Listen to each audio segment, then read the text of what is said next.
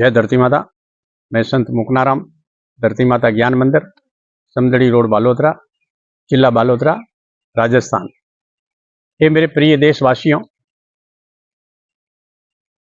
अभी 8/4/2026 को सूर्य ग्रहण था। इस सूर्य ग्रहण के बारे में लोगों ने अलग अलग टिप्पणियां की हैं कि इससे कोई बीमारी आएगी, ये खतरनाक है, या इससे कोई और भी नुकसान होगा। मेरा ये आम जनता से निवेदन है कि जब ये सूर्य ग्रहण हो रहा है और इससे बीमारियां होगी तो इसके पीछे कारण क्या है।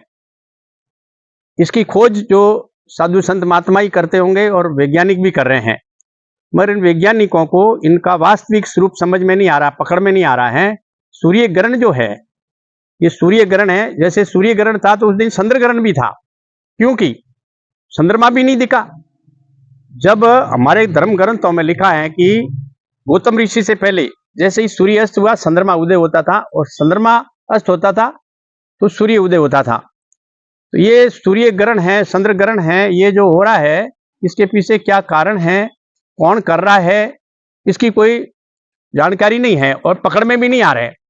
जैसे लोगों ने कई भविष्यवाणियों कर दी कि इस खंड में ये बीमारी होगी, ये ऐसा दुर्घटना होगी, या कोई भूकंप तूफान आएगा, या कोई महामारी आएगी।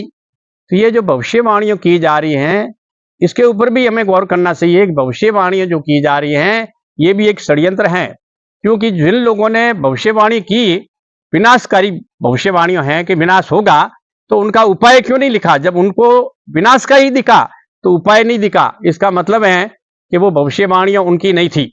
जैसे अभी वर्तमान में ज्योतिष शास्त्र चल रहा है, पंचांग चल रहा है, और इस पंचांग के अंदर भी भविष्यवाणियां हैं कि ये इस खंड में बरसात होगी, इस खंड में नहीं होगी, ये बीमारी आएगी, या कोई राजा महाराजा लड़ेंगे, ये राज पलटेगा, ऐसी कई बातें, या शनि मंगल लगेगा, इस राशि को लगेगा, वो राशि को लगेगा, ये तो हो रहा है। तो इसके पीछे एक षड्यंत्र है, इसका पता किसी को नहीं है। हमारे वेदों के अंदर इनका उपाय भी लिखा हुआ है, मगर वेद पढ़ते हैं मगर भेद नहीं जानते। आज की तारीख में दुखी कौन है? आम जनता दुखी है। सरकार इसकी खोज नहीं कर रही है, और अगर कोई वैज्ञानिक खोज कर रहा है तो उनको भी बेनिफिट पूरा नहीं मिल रहा, उनको पूरा सहयोग नहीं मिल रहा है। या कोई साधु संत भी अगर इनकी खोज कर रहा है तो उनको भी सरकार की तरफ से कोई सहयोग नहीं मिल रहा है। इस वजह से ये जो सूर्य ग्रहण हुआ है या चंद्र ग्रहण है, ये धरती माता के दम घुटने की बीमारी है। जैसे भूकंप है, वो धरती के ताण की बीमारी है, हमने बहुत सारी बार बताया है।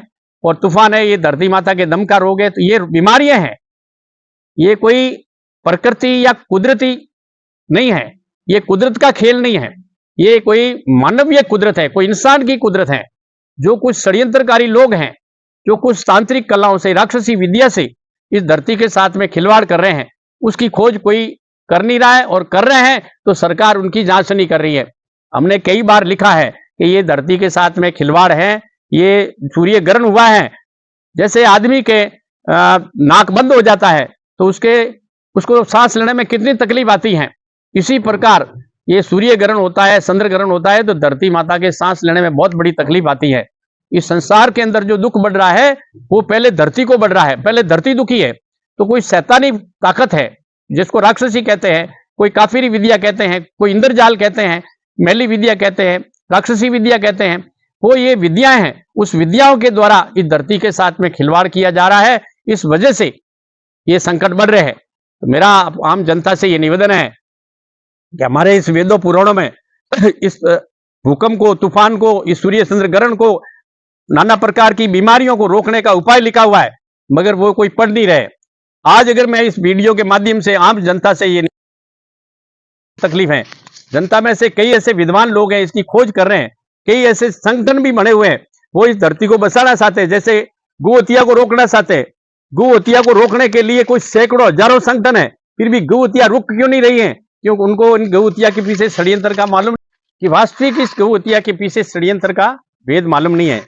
अगर इन गौ हत्या के पीछे असली षड्यंत्र का मालूम पड़ेगा, उस दिन गौ हत्या बंद होगी। आज देश के अंदर नाना प्रकार की विकृतियां बढ़ रही हैं। आज कई लोग इसको चाहते हैं कि भाई इन धरती का दुख मिटे, कई इन धरती के बारे में खोज भी कर रहे हैं, बड़े बड़े वैज्ञानिक भी कर रहे हैं, साधु संत भी कर रहे हैं, और आम जनता भी करे। जनता में कई ऐसे संगठनों के लोग हैं, वो चाहते हैं कि इस दुनिया का दुख मिटे, मगर मिट नहीं रहा है। इसके पीछे षड्यंत्र हैं, उस षड्यंत्र को समझे बिना ये दुख मिटने वाला नहीं है। आज पूरे विश्व के वैज्ञानिक भी कह रहे हैं कि भारत में कुछ ऐसे वेद हैं, ऐसे संत हैं, जहां से हमें ये दुनिया का दुख, ये धरती का दुख मिटाने का उपाय मिल सकता है, जो भारत के वेदों में लिखा हुआ है। वेद तो पढ़ते हैं मगर वेद का भेद नहीं जानते हैं। इसलिए भेद के बिना ये पाप मिटने वाला नहीं है।